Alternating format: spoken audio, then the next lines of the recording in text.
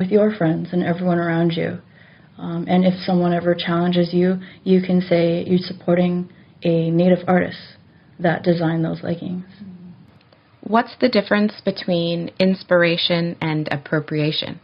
Yeah, that's a really tough question, and I honestly don't think it's not a black and white answer, but I do feel strongly that when I see our designs, Tlingit designs, which is called formline design, the Pacific Northwest Coast style of Indigenous art, to me, that is probably it's just something about it that people like to replicate and look at. It's beautiful. It's naturally pleasing to look at the design. And it's so easy for people to take it.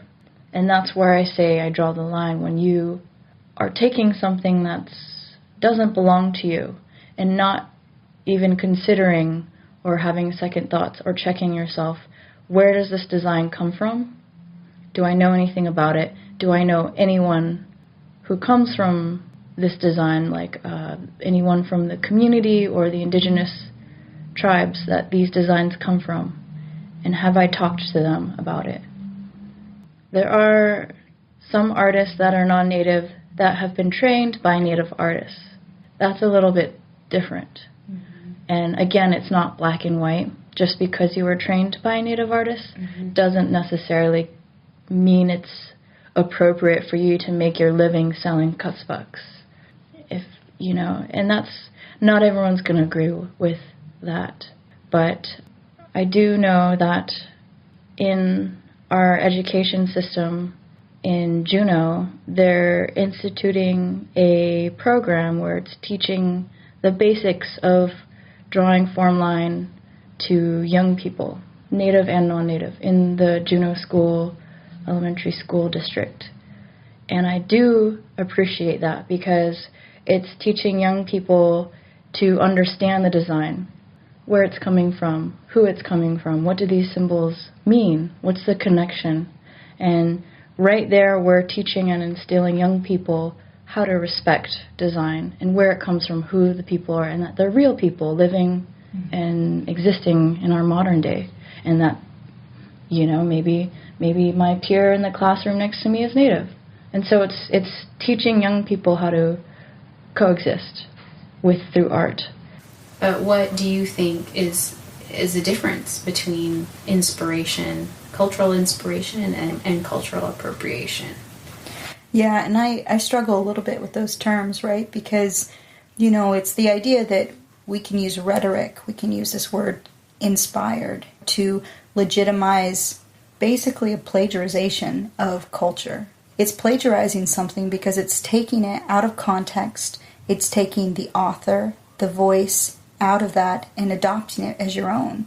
It doesn't work, it doesn't fit. It's a pretty well-known controversy of this poet and sort of literary person from my region who claimed a Native identity and claimed Indigenous blood quantum. He was given he held many positions of power representing Ahtna people, claiming that he was Ahtna. Whether, I'm not going to get into sort of the terms of adoption or whether or not he felt like he was in his soul an Ahtna person, but he was using that to gain access to certain places. And that delegitimizes Ahtna people who are trying to hold those positions, but for whatever reason don't fit within that world, right? So he's applying for these different things, and he may be competing against somebody who comes from that context, competing with somebody who has experienced that history. Mm-hmm. And he's at an advantage. Really, when we talk about cultural appropriation, it's about the idea that you can't use inequity as your tool of power. You can't use inequity to keep raising yourself up. Because when you're appropriating from a culture that is usually the minority culture, right? The culture with less power, you are taking advantage, and you're unfairly taken advantage of. Getting back to your original question, the terms of inspiration, I feel like that's just legitimizing rhetoric for people to, in their mind, be okay with the fact that they're adopting something. adopting something that isn't theirs. And, and I'm not going to name names or anything, but there's many artists, that you see that try to sort of Alaskanize or Arcticize, their artwork. And they do that by looking at archival photos. They do that by looking at Indigenous objects and Indigenous artwork, walking through a museum and feeling inspired to create something in its form, or to put that in their painting, or to put that in their sculpture. And it's the idea that being like, oh, well, if I include that, then I'm thinking about like this northern experience, and it really isn't. It's pulling from a very intense, ancient culture that has been here for thousands of years without really doing the legwork or any sort of work at all to understand these things. It's like there's many examples too of different companies and artists collaborating with Indigenous individuals to create something that is seemingly appropriate, seemingly okay as far as like cultural collaboration goes. And we all hope for that, right? We all want that. We all want Indigenous people to be raised up and to be able to be in these arenas. But to do that, you really need to understand and respect a culture and pay your counterparts for their ideas. It's like, it's not a true collaboration if you're just looking at somebody's objects in a museum collection and deciding to replicate them. It's not really collaborations at going to a library and pulling somebody's image from an archival database. And that happens quite a bit. You see that in a lot of artists coming from outside of Alaska to interpret the Alaskan landscape, the Alaska place, and what it means to be Arctic. And I think that those are problematic situations, and they happen all the time. Because Alaska is this sort of exotic place for the outsider. It's this frontier. There's still this idea that there's something new and undiscovered about Alaska, but the truth is Alaska is a very old, very ancient place that Indigenous people have been living on sustainably for thousands and thousands of years. Mm-hmm. And that's just archaeological record. My grandma would tell you we're here forever, Yeah. So it's an interesting argument when people say that they're inspired by Alaska. Or this idea of celebrating Alaska Native culture by replicating it. If you're really truly celebrating something, you should let Indigenous people speak for themselves. If you want to celebrate Native culture, then you need to bring Native people into the conversation. You need to give Native people the platform to talk about their own art, to represent their own art, because they are more than willing, ready, and able. So one example, too, of really, sad, failed collaboration that we all hoped was going to work out was Christy Bellacourt, who's a Métis artist. She does these beautiful, amazing paintings of beadwork, and she started collaborating with Valentino to do a whole line of fashion that was based on her beadwork, and it's beautiful, it's amazing, it's really wonderful.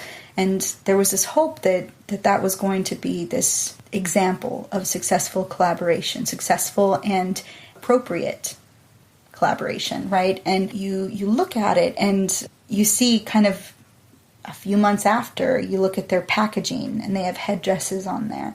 You look at some of their backpacks and they have basically taken photos of Indigenous objects and just plastered them onto their retail. They started off with this collaboration, and then it turned into really just replicating images. It's like exploitation. It is exploitation, but it was like this idea that they were given kind of permission because they collaborated first, and that's not okay. I mean, you see that with Urban Outfitters, and they put these like important Navajo designs on underwear. They lost that lawsuit, too. They did. But there was another one that sprung up right after that. They continued to do it.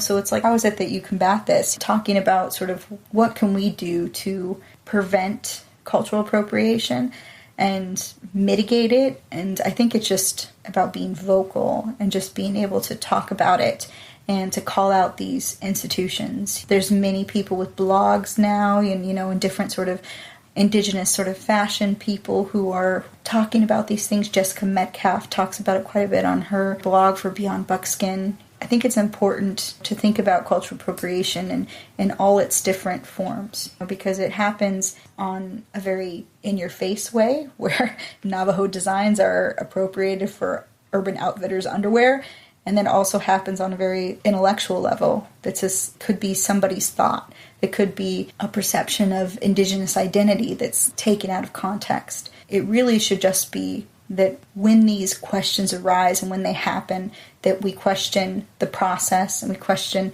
the people creating this work. Because the only way that you can be inspired by something is to really understand it and to really know it. And that takes a lot of work. That takes talking to people. That takes compensating people. That takes, yes, years. It takes years.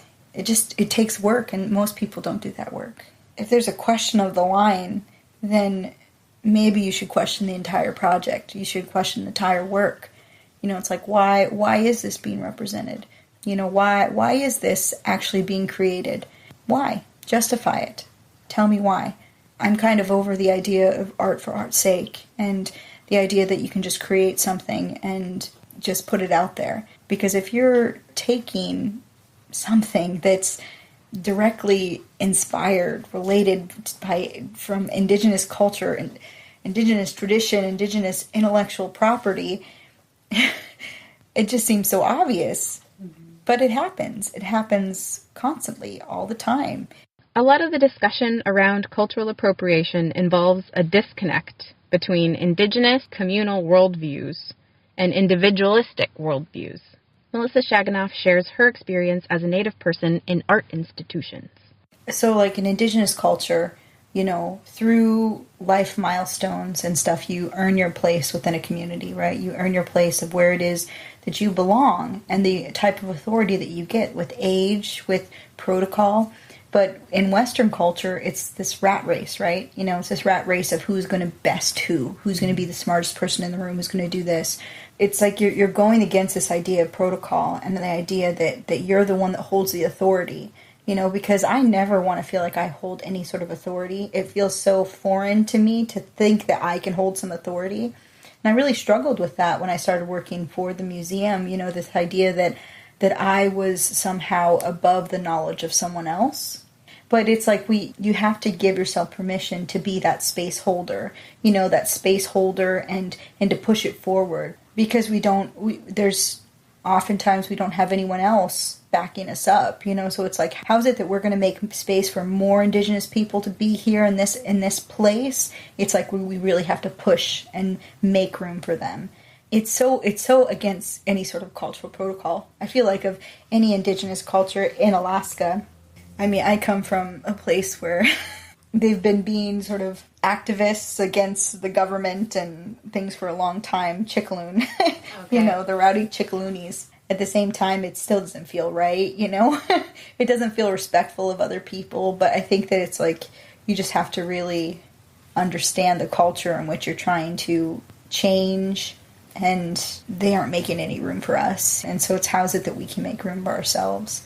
And I say that so definitively, but I know that there's places and there's institutions that are changing their idea of who's the qualifying factor. Like I have 2 bachelor's degrees. I don't have a master's degree, and yet I'm been given this role of curator. And I understand that they are acknowledging sort of my knowledge. They're changing their qualifying factors of what it means to be a curator, and I appreciate that. But it doesn't mean that there still isn't room for movement or growth.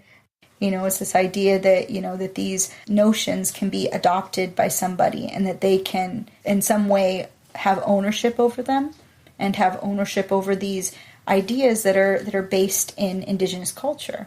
But the truth is these ideas of Indigenous culture are communal ideas. They don't belong to one person, So why do you think as a one person that you can cherry pick, you can take from these ideas?